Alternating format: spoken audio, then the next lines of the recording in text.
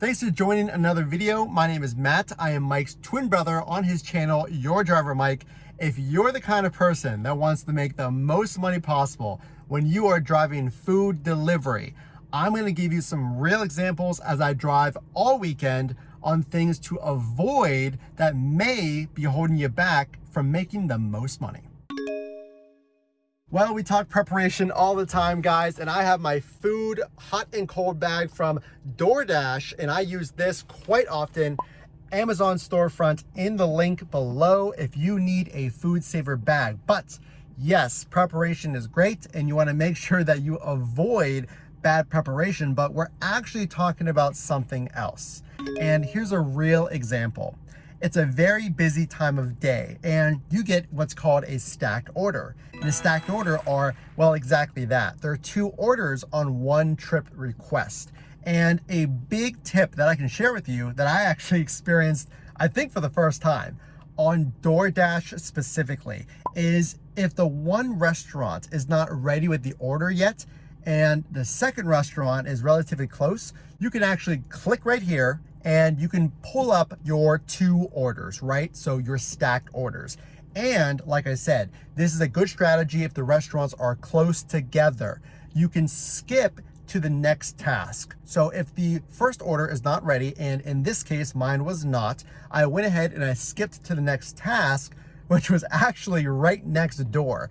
I went in, I picked up that order so I'm not waiting around, and then I returned to the first restaurant. So that helps out everybody because I'm gonna speed up the time that I get to leave with both orders, and I give that first restaurant a few extra minutes to complete their order that is not quite done yet.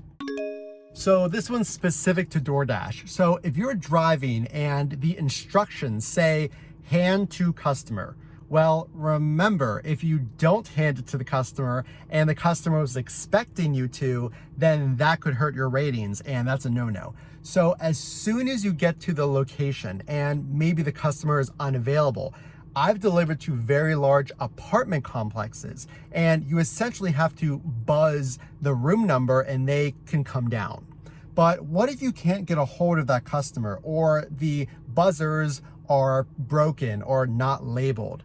Then you need to immediately go into DoorDash and start the tasks that say, I can't deliver to the customer. And there will be a timer for 5 minutes. And don't make this mistake. Don't wait there and not do that right away, because you're gonna have to wait 5 minutes, and that gives the customer time to respond to you, and you have to call or text them within those 5 minutes. I would recommend both multiple times to show that you made the effort, and then you can click could not hand to customer. You take a picture and then you can complete the order.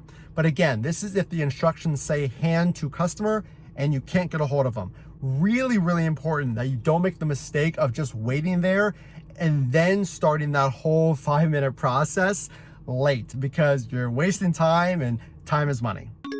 So here's a really good 2-tip hack for you guys. So 2 things. 1, I've seen it where my apps literally don't work. So put in the comment section below if you have seen this, but the Uber Eats dreaded black screen where it gives you a request and you can't see a thing. So one thing I do is I quickly close the app and reopen it, and that actually fixes it. So then you can zoom in, you can see where the locations are, and you can make a better decision on should I accept this or should I not. Number 2, my DoorDash app. Now again, share with me if you've seen this. I've had where I've not received a lot of DoorDash orders, and it's strange because it's dinner rush and I know I should be getting orders.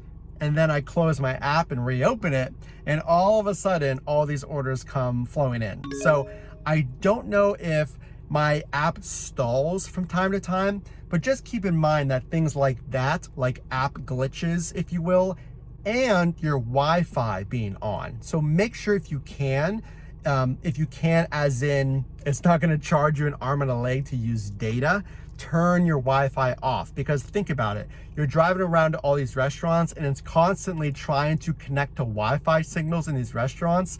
It's gonna save you a lot of frustration not getting orders if you take that Wi-Fi off. And it seems to me to give me more orders when I take off my Wi-Fi on my phone. So I am back here at the Your Driver Mike HQ, and I'm taking over to go over the numbers. So does it really matter? Does it boost your earnings knowing what to avoid and some of those strategies to drive? Well, let's dive into the numbers and find out. During this particular Saturday, I was multi-apping, and that is using 2 apps or more at the same time to get the very best trip request. So let's dive right into it. First with DoorDash, I was online their platform for 4 hours and 12 minutes, and I grossed a total of $140.73. I completed 14 deliveries, and I made a total of $68.73 in tips. Of those 14 deliveries and the total tips made, that comes to an average of $4.90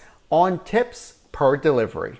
Let's jump over to the other platform that I was multi-apping with, Uber Eats. I was online the same day on their platform, 2 hours and 43 minutes. I grossed a total of $48.47, and I completed 5 trips and totaled $19.55 in tips. So that put me at an average of $3.91 average tip per trip. So I was online toggling between the 2 apps for approximately 6 hours and 15 minutes, and I grossed a total revenue on this particular day of $189.20. So if you take 189 divided by the time online, which is again approximately 6 hours, I did $31.53 per hour. Knowing what to avoid and what not to do will help you maximize your time on the road and prevent you from wasting time so you can get the best deliveries and make the most money on your own schedule. If you found value in this video, make sure to drop a like and put the comments down below if you have any other tips or any other things that you would like to share with the other team members here in the Your Driver Mike community. Again, this is Matt. I am Mike's twin brother. Make sure to check out the other videos on this channel and videos recommended to you, and we'll see you in the next one.